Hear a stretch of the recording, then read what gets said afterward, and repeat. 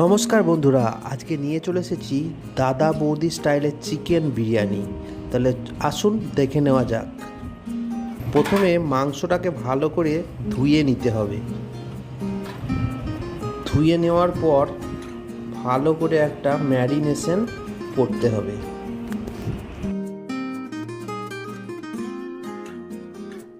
প্রথমে 4 চামচ টক দই ভালো করে মাখিয়ে নেব এবং এই কাজটা ভালো করে করতে হবে যাতে টক দইয়ের ফ্লেভারটা চিকেনের ভিতর ঢুকে যায়। তারপরে এই টক দইয়ের সঙ্গে কাশ্মীরি লঙ্কা গুঁড়ো 2 চামচ দিয়ে দেবো ও তার সঙ্গে একটু তেল, সর্ষের তেল দিয়ে আমরা ম্যারিনেশনটাকে ভালো করে মেখে নেব।